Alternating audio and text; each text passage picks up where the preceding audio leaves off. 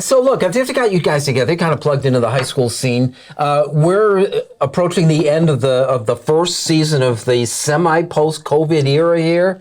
How are we doing? Successfully. I mean, the crowds were great. The kids were great. They got a chance to play. I know they got robbed sort of last year. They had that sort of spring season to sort of come back from that, which I kind of like too. I kind of like the fact that they played a little spring ball, something where maybe they do some 7-on-7s or 8-on-8s where kids are not going to be colliding that much and they get ready for the fall season, give them a chance to get to their workout and program during the off season and play. But I mean, you still got your Aquinas, you still got your McQuaid's, you still have your Canandaiguas. UPrep played extremely well this year. Brighton played extremely well this year. So it was a great opportunity to see that back to somewhat normal. We're not all the way there yet, but at least they got a chance to play. Back when I was like knee deep in the high school stuff with the high school sports beat, and I'm seeing Brighton play UPrep in a championship game. It's like, wow, what happened? Yeah. And the funny thing is that Brighton had beaten UPrep during the regular season, and then UPrep really put it on them, and now UPrep and Canandaigua play this week.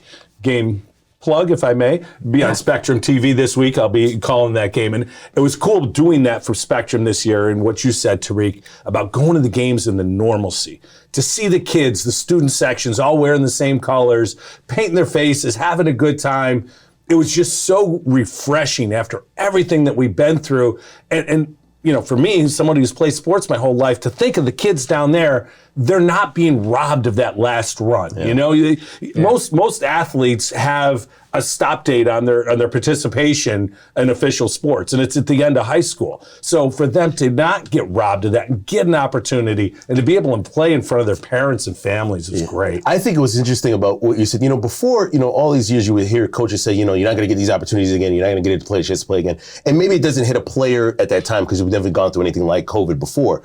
But then I think this year, the fact that, maybe there was a sophomore that missed out on what they would traditionally call their junior year or senior, unfortunately missing out on their senior year, you get to understand why coaches feel that way, why they feel as if this is it. This is your junior year. This is your senior year. It means this much. You're not going to play these games again. And I think the fact that they played so passionately, okay, it wasn't all the players, it wasn't everybody from City, but you got a chance to see what these coaches have been talking about for years. This is an opportunity to play high school football. You might not go to college. You might have the most fun right here. Enjoy it. It is fun, and it's part of growing up and the lessons. And I still remember a crushing loss from high school football, and it's not a few years ago now, but I still remember the emotion of that and the things that you overcome. And that's the reality of what sports are about when you're growing up. Not that you made a good play, the lessons you learned, whether winning or losing. You get the feeling talking to these guys that having had 2020 taken away from them,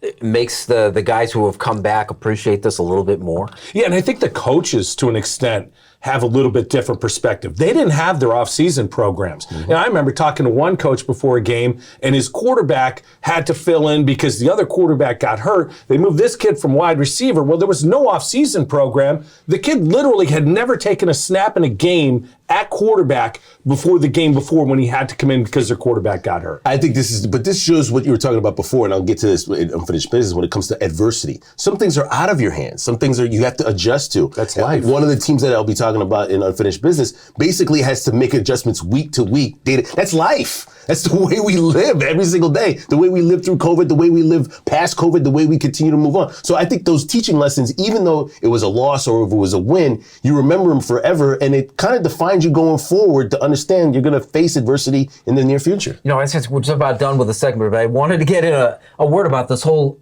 8-on-8 thing that you get to call. You're going to call your first 8-on-8 my first eight-man football game, and I'm real excited about it because I haven't frankly seen it. And it's almost like arena football, but played on a full-size field. So there's going to be a ton of offense, and either positively or negatively, I'll let you decide.